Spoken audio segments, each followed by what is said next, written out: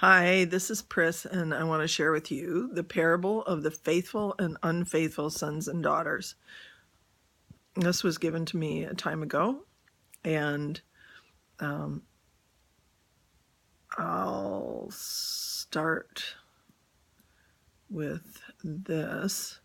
If you want to see the transcription of any of the words, they're all on my webpage at www.upstreamca.org, and you can download various years on the free book page of prophecy, so everything is there in print.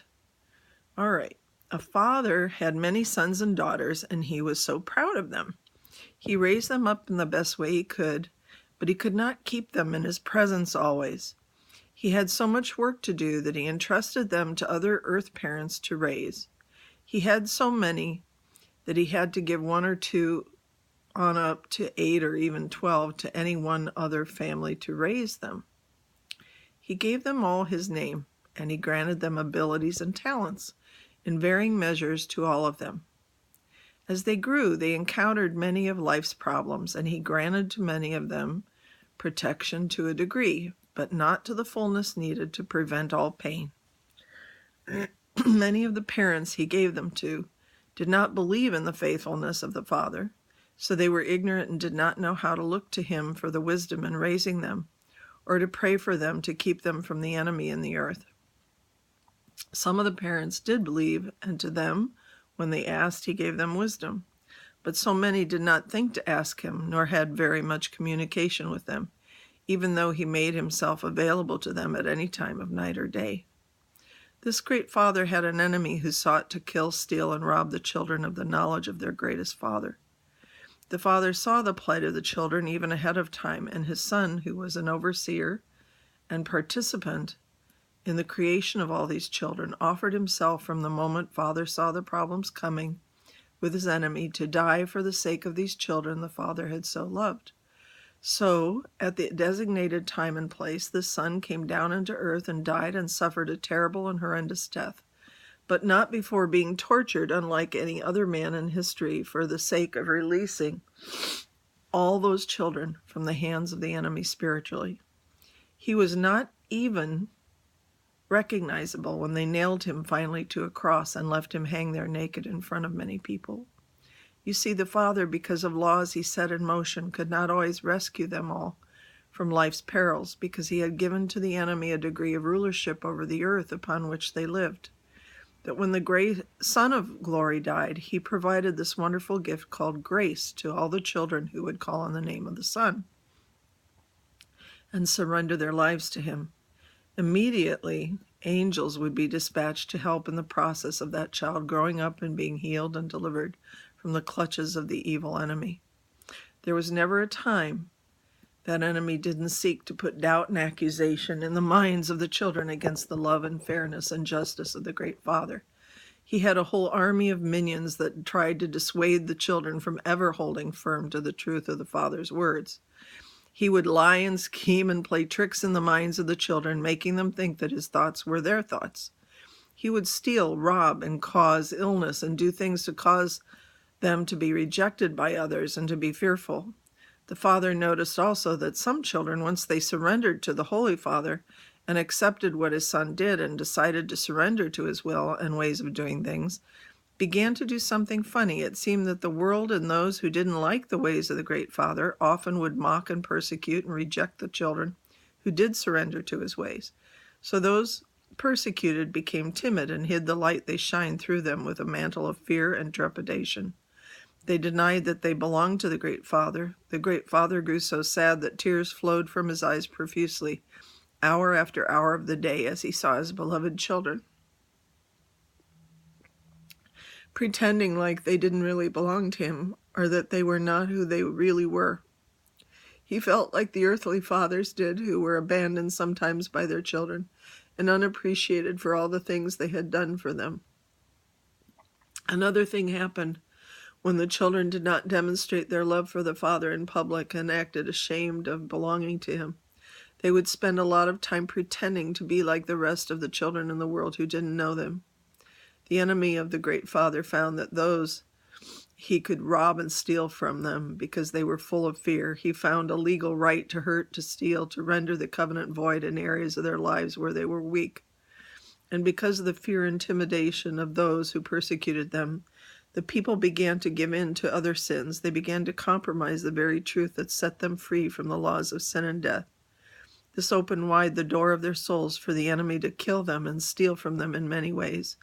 His whole aim seemed to be to get them to doubt their own selves and the Father who made them, to rob them of their faith. Many of the children to whom he had given great gifts and opportunities seemed to take credit for everything they did for him. They forgot about his grace and forgot about his admonitions to not take the glory for themselves. They wanted the fame and money that came from position and power in the organized churches. They thought somehow that if they did more, they could have a greater place in heaven. They forgot the words of the Son that admonished against this. The buildings in which many held church became so important to them that they would no longer follow the words of the Son that said to leave the 99 and go find the one that was lost. The Father was so grieved that after all the time they had in the world to learn from his word and from other people's mistakes and from the Holy Spirit, whom he had given to them as a great gift so they could always hear from him, that he was in anguish and thought about how he could get them to remember the great sacrifice he made and his Son made for them. He so longed to be kind to them and to have more communication with them. But again and again he was ignored. His heart was so broken and in grief for the way they trampled on the great gift of grace given them. He grieved at the way the enemy was stealing their faith. He reread the book of life. He kept his great book in which was recorded by angelic scribes every thought, movement, and act of the children on the earth. Every time they spoke of the Lord, it was recorded. Every time they prayed or laughed. All the history of man was contained in these books. The Father was so generous towards all who had said they loved the Son, but the ones whom he was most pleased with were those who had obeyed what the Son told them. For just like an earthly parent who is pleased when their children obey him, so the great Father was pleased when his children did not lie, nor pretend, nor steal, or kill, or speak ill of others. He kept track of every detail and had told them they would have to give an account one day for every word that came out of their mouths. He kept track of every time his children looked to him for guidance and thanked him for all he had given them. He watched each time they were disregarded by others and yet did not give in to the enemy's hatred. So in this time coming near to the time his Son would return and make things right in the earth, he thought to bless greatly those children who were willing to suffer anything just so they could do what is right in the eyes of their beloved great Father. He wanted to share with them the glory that he had given to the Son because he knew that the evil one was planning to kill them all if he could. He saw how they were being worn down by the cares of life and the stresses of all the evil that was growing in the world. So he thought to pour down into them, more of his light so they could truly be released from all the darkness in their attitudes and motivations. He wanted them to be free of the torments of the enemy and all that he'd done to them, and to make a display of his power through them. So many had grown weak and emaciated spiritually. He prepared the armies of angels for this time that he would do this. He began to make note of all who were willing to not deny him before men. He made note of the ones who had suffered pain, affliction, sickness, and torments from the evil one, and yet had not denied him, nor grown bitter. He wrote it all down and decided to show favor at a set time to all those faithful children. But the ones who pretended to be like others in the world and refused his offers of love and healing presence, he declared unworthy of the gift of the greatest light. He decided to give them light, but it would only be in proportion to the suffering and pain they had been willing to endure on his behalf, to what they were willing to give up, and the obedience they showed towards his voice and ways. For those who had truly been willing to follow the Son in all his ways were the most pleasing, because they had shown love back to him in these ways. He did not count the acts done for him that he didn't tell them to do, for they were not in obedience to his will, but only works done in striving and pretense of real relationship. And I want to read Revelation 3:5, Amplified. Thus shall he who conquers is victorious be clad in white garments, and I will not erase or blot out his name from the book of life. I will acknowledge him as mine, and I will confess his name openly before my Father and before his angels. Revelation 17:8.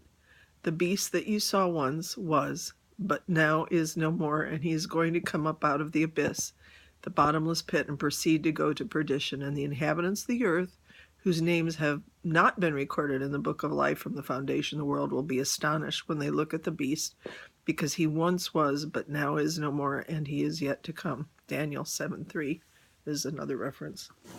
Revelation 20:15 Amplified says, and if anyone's name was not found recorded in the book of life, he was hurled into the lake of fire. Revelation 21:25-27 Amp says, its gates shall never be closed by day, and there shall be no night there. Isaiah 60:11. They shall bring the glory, the splendor and majesty of the honor of the nations into it. But nothing that defiles or profanes or is unwashed shall ever enter it, nor anyone who commits abominations, unclean, detestable, morally repugnant things, or practices falsehood, but only those whose names are recorded in the Lamb's book of life. And if anyone cancels or takes away from the statements of the book of this prophecy, these predictions relating to Christ's kingdom and its speedy triumph, together with the consolations and admonitions or warnings pertaining to them, God will cancel and take away from him his share in the tree of life and in the city of holiness, purity, and hallowedness, which are described and promised in this book. That's the end. God bless you.